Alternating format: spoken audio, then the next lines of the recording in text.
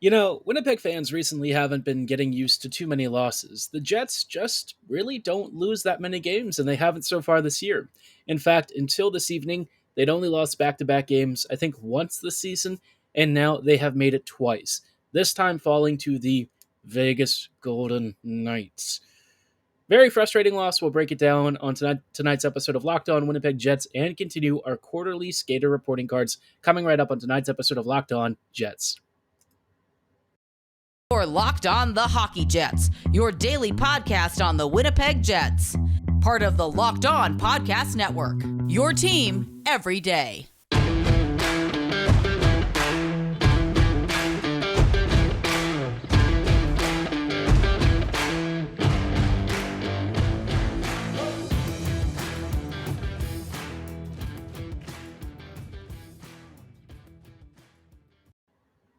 Good evening, friends, and welcome to tonight's episode of Locked On Winnipeg Jets, part of the Locked On Podcast Network, your team every day. I'm your host, Harrison Lee, an avid Winnipeg Jets fan and an online blogger. You can follow me on Twitter at HLLivingLoco and at LO_Winnipeg Jets. If you like what you're hearing, be sure to like, follow, and subscribe on your favorite podcasting platform of choice. Doing so is completely free of charge and ensures you never miss another episode. But most of all, we just really love and appreciate your support, and thank you for making Locked On Winnipeg Jets your first listen of the day every day. Now, like I said, obviously we're going to have to talk about what happened against Vegas, and I I really hate the Golden Knights, man. I don't know if there's a hockey team out there that I hate on the ice more than I hate Vegas. This franchise for like the last 5 years, all they do is just exist to torture us. I mean, let's be honest. Ever since that first season that they entered the league, where we all thought it was going to be our year and we were going to be able to watch the Jets hoist a cup, this Knights team, man, has just existed to prolong our suffering. They've intercepted some of our trades. They have picked up players that we wanted. Mark Stone going to Vegas is kind of, for me, one of the most unforgivable things. Sometimes their moves kind of backfired. I mean, they took Broussard on, and instead we got Paul Stastny, and I think that worked out pretty darn well. But we all remember Fleury goalieing us in the postseason. We all know how heartbreaking that was.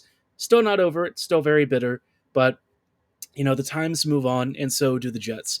And Winnipeg came into this game, the last of their regular season meetings with this Knights team, with something to prove. Now, the Knights right now are going through a bit of an injury crisis. They were without Eichel, Pietrangelo, Theodore, but that's not too dissimilar from the Jets. Instead, though, for Winnipeg, obviously Ehlers would be the only player who's really on the level of those three. So the other injuries for the Jets, not nearly as high impact in terms of deployments, skill and quality and all that, but still, both of these teams are a little bit roughed up. And after the game, there actually came out an interesting tidbit that, a number of the Jets skaters are actually under the weather. Pierre-Luc Dubois really didn't skate that much in the third period, which at first we kind of thought maybe it was performance related. He had a really bad night. He was kind of coughing up the puck. But as it turns out, it sounds like the team might be having the flu, with guys needing to have IVs, and Dubois was one of those victims, unfortunately, which might explain why he looked a little bit slow out there. Wasn't really his usual outstanding self. So a lot of stuff going on in this game, but there were some really basic problems for the Jets that, despite their best efforts, kind of kept them from really reaching that next level. One of the first things that really stood out was that Vegas cut through the neutral zone very quickly on stretch passes, and it got behind Winnipeg's defense on so many occasions. It was only thanks to Connor Hellebuck that the Jets didn't concede a number of early goals on breakaways.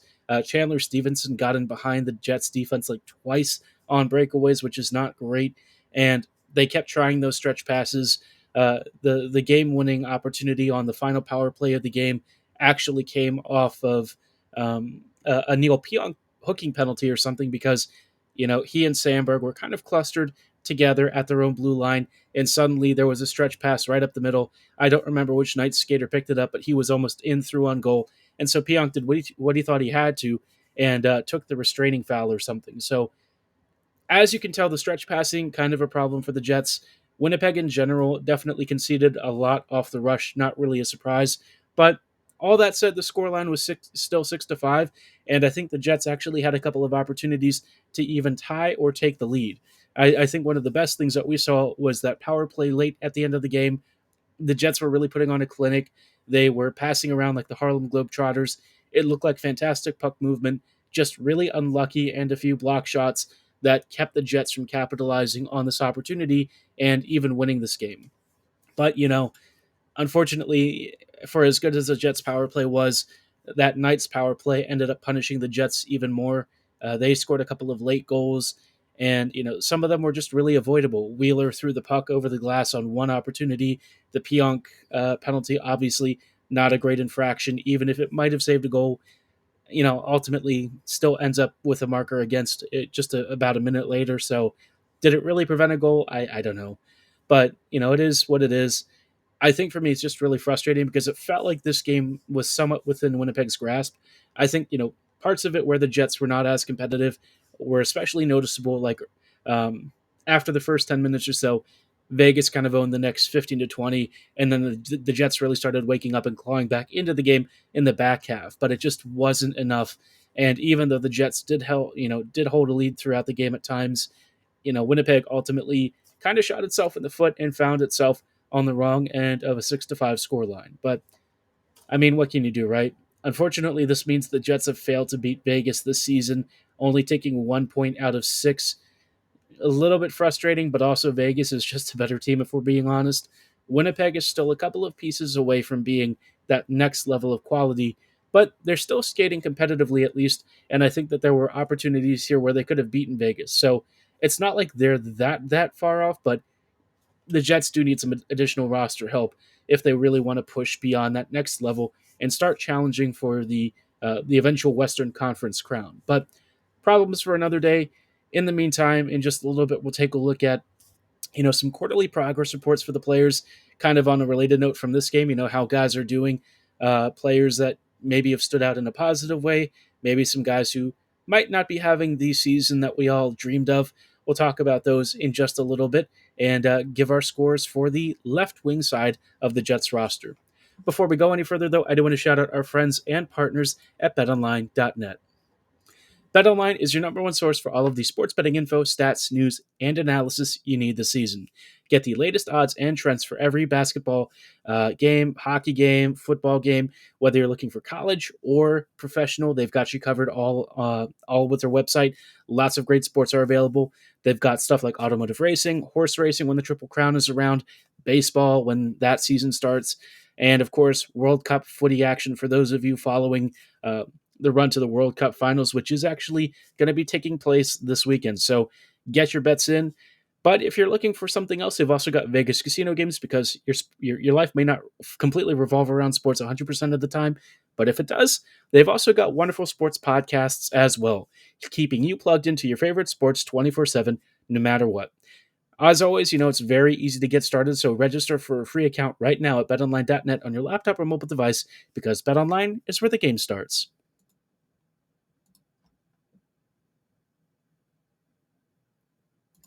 Hello, friends, and welcome back to this episode of Locked On Jets. Thanks for making Locked On Jets your first listen of the day every day. We just sort of ran through some frustrating takeaways from a tough game against the Golden Knights, a 6-5 loss. Not the best outcome that we were hoping for, if I'm being honest, but it is what it is. The Jets don't lose many games, and if you're going to lose, you might as well lose to a very good team, even if it's the one that just drives me up a freaking wall. I think we all have had plenty, more than enough servings of pain from this stupid Vegas team. I tell you, man, so frustrating.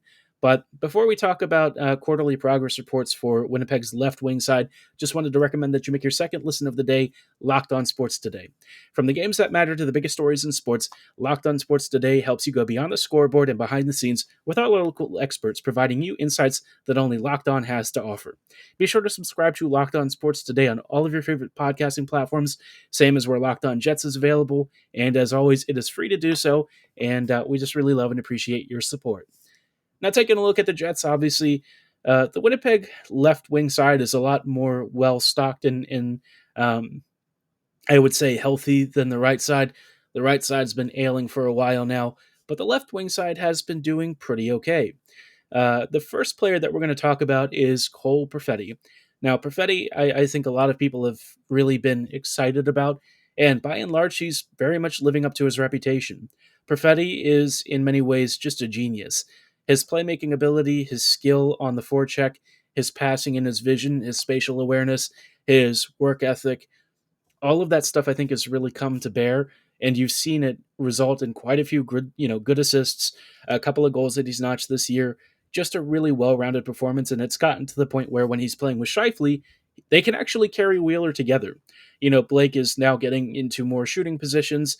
He doesn't have to do a lot of the load bearing himself, which ultimately means that Wheeler's taking more shots. He's scoring a number of goals recently, and just looks like he's having himself a bit of a ball. And that's thanks to Perfetti doing a lot of the transition work, a lot of the space creation, and setting up those passing lanes.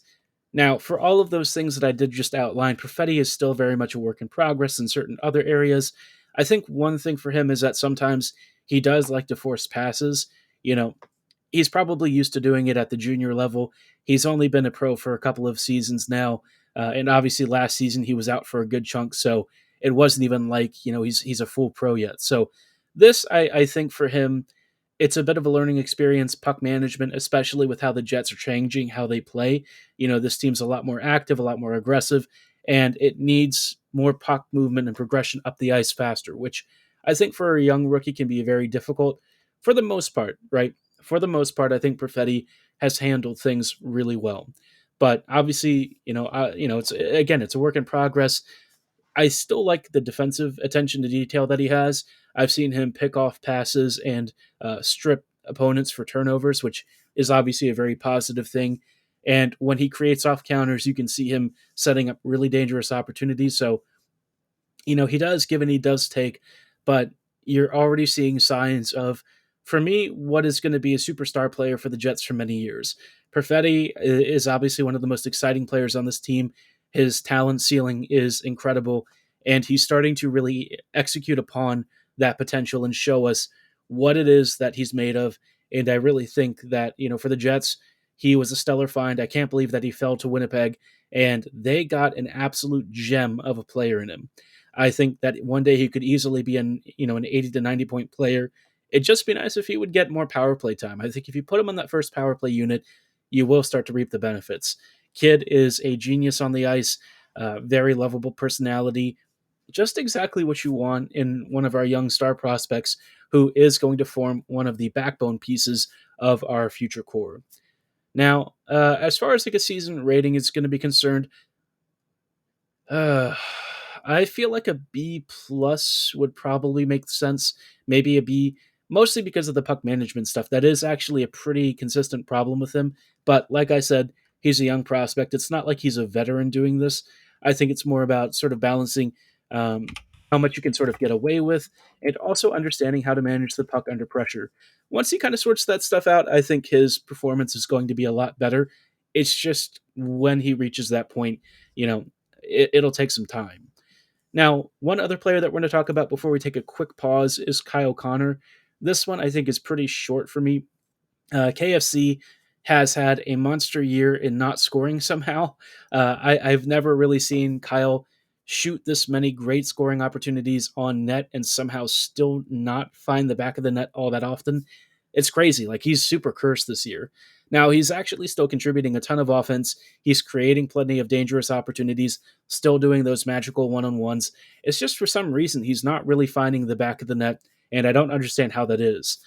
Whether it's goalies or misfortune, something, block shots, maybe, I don't know. He just seemingly can't seem to buy himself all that many goals, despite putting himself in some of the best positions that any of the Jet scorers are getting into. So I do think at some point the floodgates will open and he'll start bagging even more. But even now, he's still grabbing plenty of assists. It's just for him, he's a natural sniper. He wants to be the guy punishing goalies and capitalizing on mistakes. And for some reason, it's just not happening right now. But all that said, I still think for his season so far, um, B minus. I think a B minus, considering he's supposed to be one of our lead goal scorers, and we know that his defensive impact is kind of a problem. I think that's probably a fair assessment. And it's not necessarily something that's entirely his fault, but obviously for what he's being paid for and what we need him to do, it's been a bit of a tougher start to the year. But still a phenomenal player. I expect this quarterly report card grade is definitely going to increase. It's just he just has to have a little bit of puck luck at some point and see his shooting percentage jump.